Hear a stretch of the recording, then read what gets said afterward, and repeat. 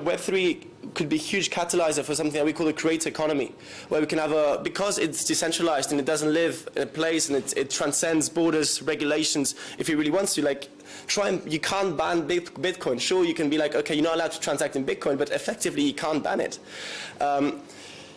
In 3 words, Danny. Yeah, sorry. As you can see, we work here for a reason, right? So, sorry, I hope that. No, it's okay. It's the future. It's the future. Well done.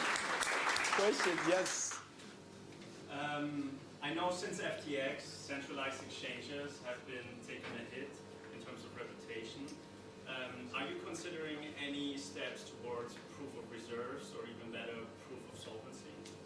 Yeah, proof of solvency exactly is what we've been doing. So we created a trust report, which is in SwissBorg we trust, and essentially it shows the whole thing, because proof of solvency, I mean, proof of reserve is a very nice thing to say, like, okay, this is how big my thing is. But, you know, it doesn't really matter how big your thing is. Of course, you have to understand the liabilities.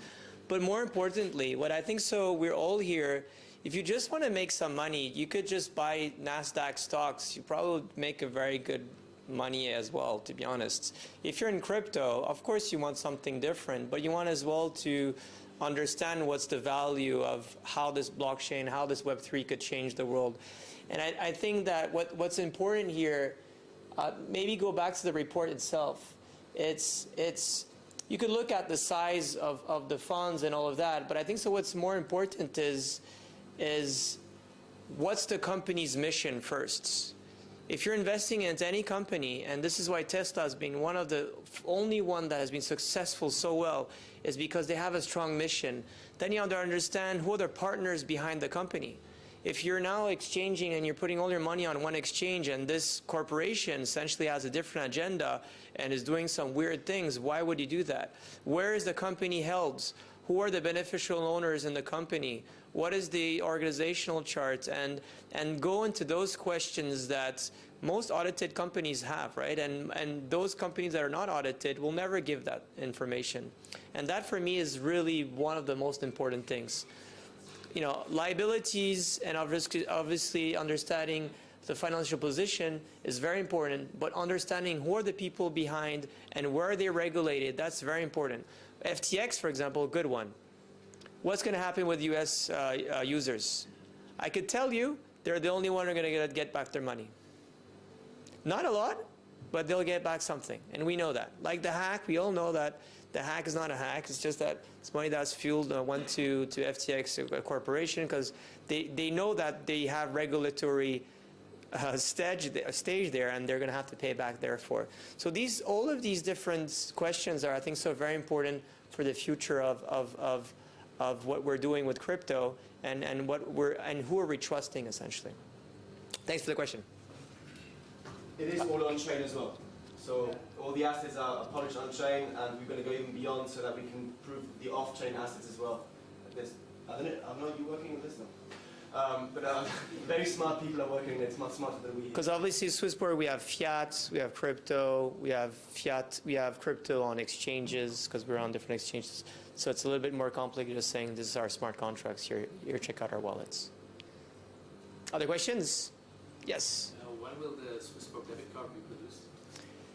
We never communicate dates because usually after people hate me, and but my best answer is soon. Any other question? Yes. Are you considering later to list that on another central exchanges, or even more with the decentralized exchanges like not in your app or on the outside? So there's one big. What do you think about your assets, your keys? I mean, if you hold it. Yeah. Actually, today our CTO is having a really nice, interesting workshop with other peoples, and we do believe that eventually we'll get to have a hybrid model at SwissBorg, and that hybrid model will potentially give the ability to people to have you know, a non-custodial, custodial wallet, pretty much. So I don't want. That's the first time we communicated this, huh? That's a huge. No, research. Yeah, just research. We're not communicating yet, but we're doing research on this. So it's essentially to be able to have people that could use our wallets, and their wallet will be the same thing eventually. So that's something that I really strongly believe in. And this is thanks to MPC technology, which is the technology we always had for SwissBorgs wallets.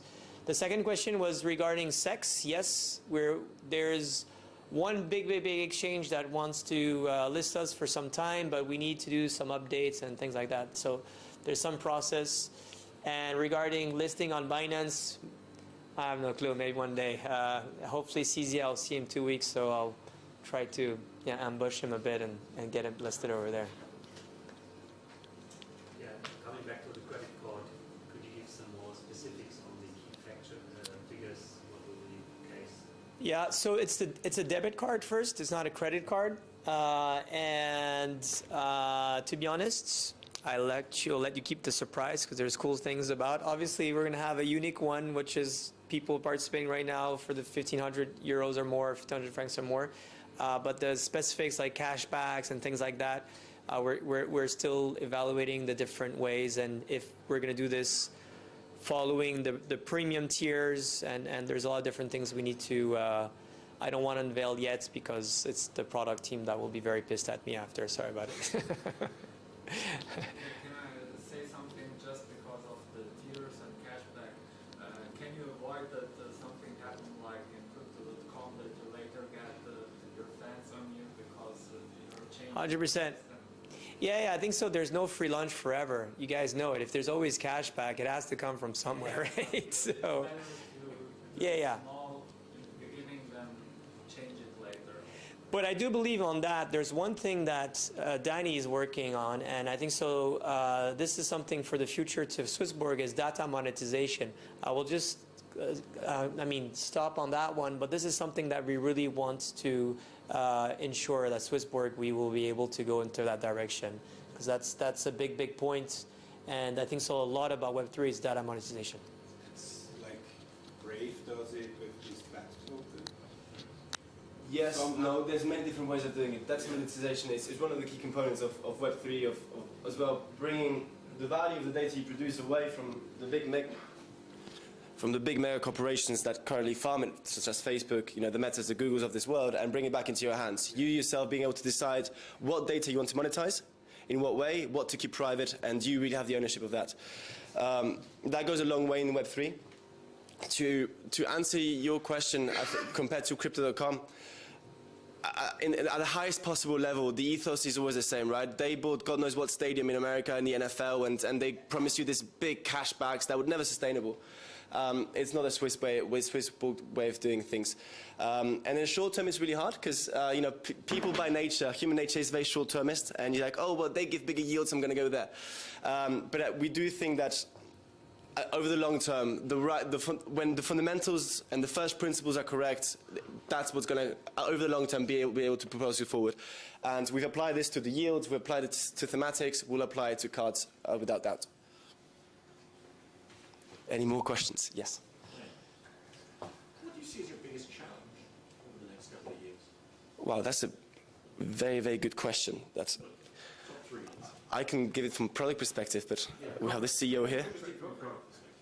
SwissBorg's very different from the rest of the market. Well, the biggest challenges from a product perspective, okay, this might not speak to everybody, but when developing products, so I like to use this analogy. I don't know where it came from. I think it's Greek mythology at one point, but there was this image of people seeing two lands. They were standing one piece of the land, wanting to cross to the other piece of the land. In the middle, there was a river.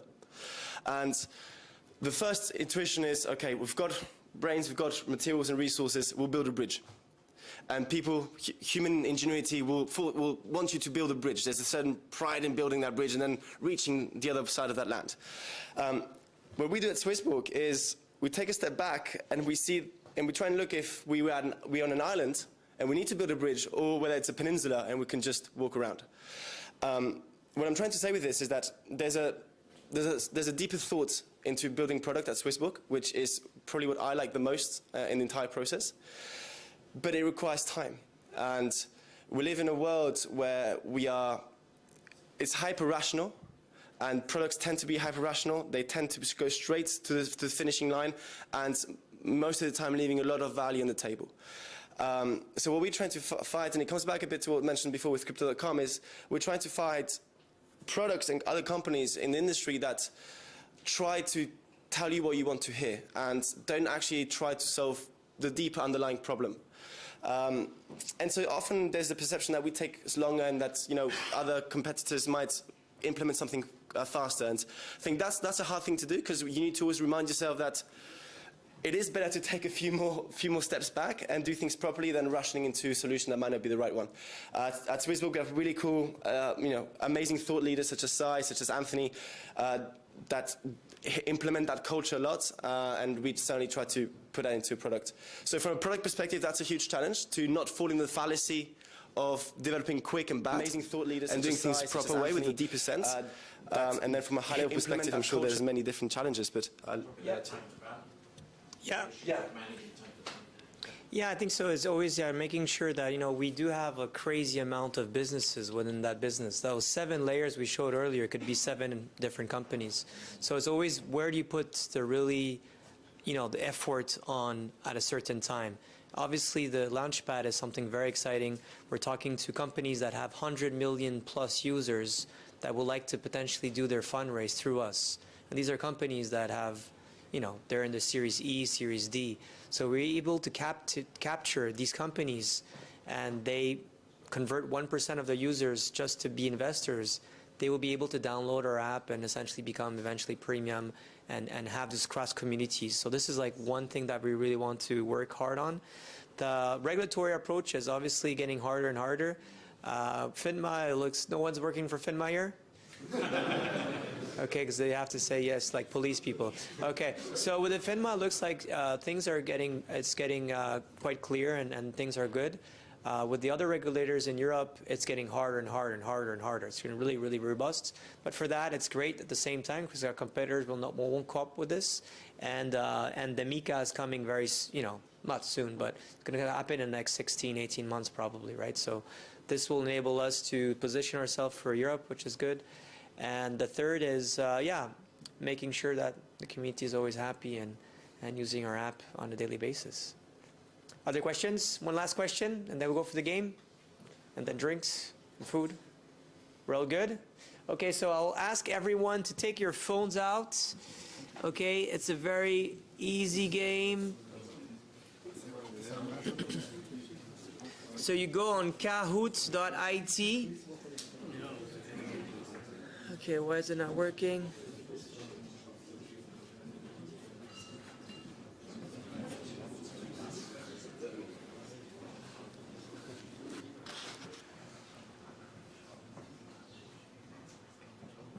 Okay.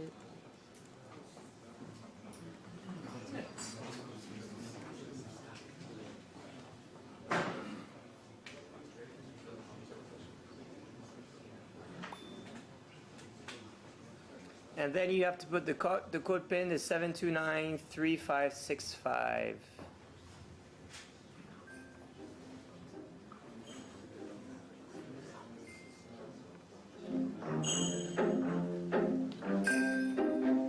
So if anyone has never played Kahoot, it's very easy. You just have to essentially answer to the right question and as fast as possible. The winner of this will get 2,000 CHSB. The second will get 1,000 CHSB.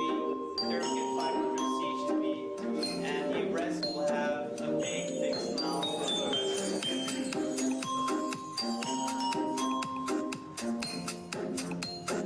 Who's the Elon?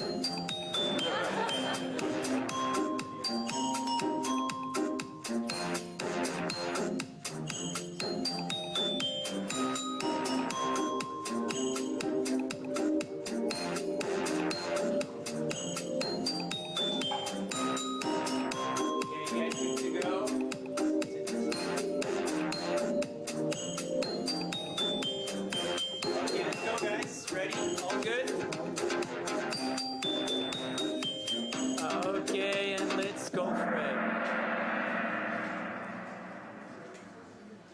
So this is not Pictet, by the way. Sorry about that. SwissBorg is one of the fastest growing companies, crypto companies in China, Australia, Europe, United States. Well, that was super fast for everyone.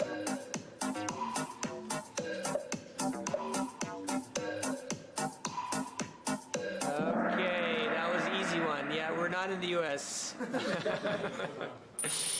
Okay, Nico, well done for yourself.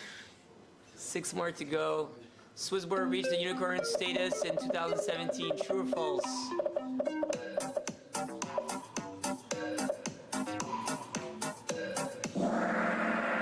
No, we did an ICO back then. We didn't do. 2021. Luca, well done. Ali, too. SwissBorg competitive positioning focuses on Web3 trading simplicity, simplicity in Web3 wealth management, advanced trading, and Web3 wealth management, advanced Web3 trading.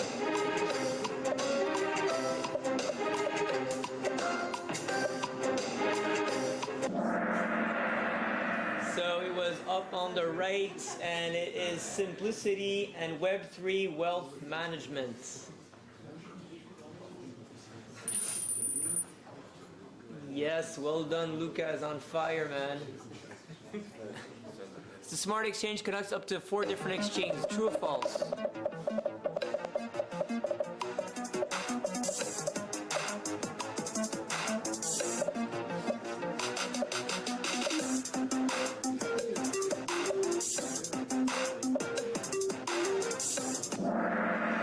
It's false. It actually connects to 5 different crypto exchanges.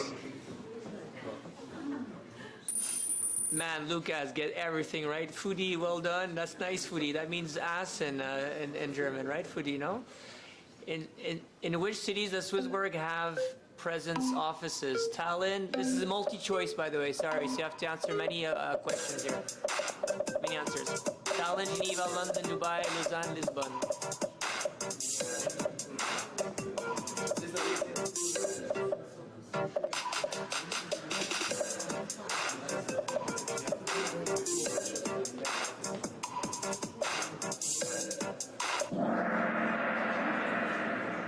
So we don't have offices in Geneva. We don't have offices yet in Dubai, though we are there. But yeah, close one. That was a difficult one. Oh. Foodie. Oh, Foodie is taking the lead. Well done, Foodie. Foodie. What's the name of SwissBorg native token? HSBC, HSBC, or HSBC?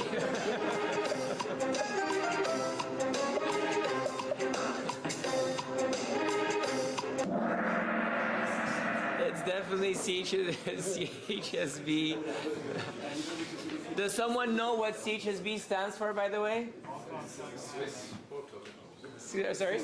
SwissBorg. Yeah. Conversion helvétique, SwissBorg, exactly. Okay, last one. In order, what are these features implemented top to least recent?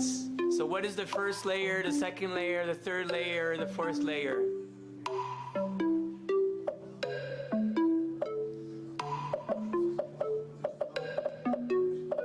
So you always start by doing what? Payments. Is that it? And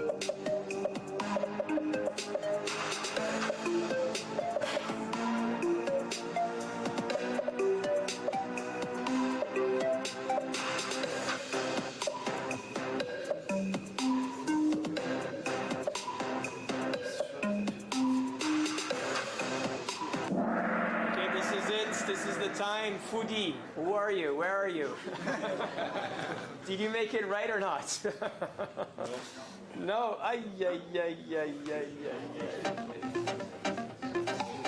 So number 3, Foodie, well done.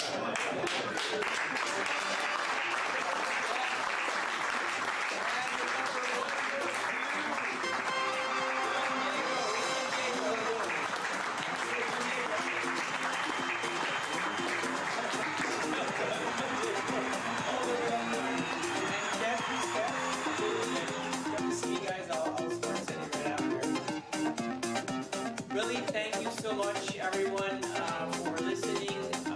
Eric, thank you very much for participating in today's CEO, the app, and the SwissBorg shares. Thank you so much for all the love that you guys gave us so far.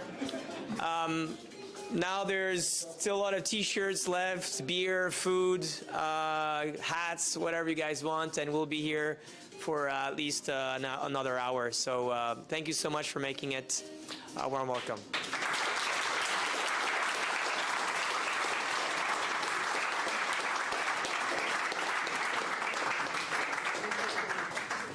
Sorry, my name is Jacob Moresche, and I sent you email 2 months ago because I bring you clients from Israel and a Swiss company. Nobody answered me email regarding the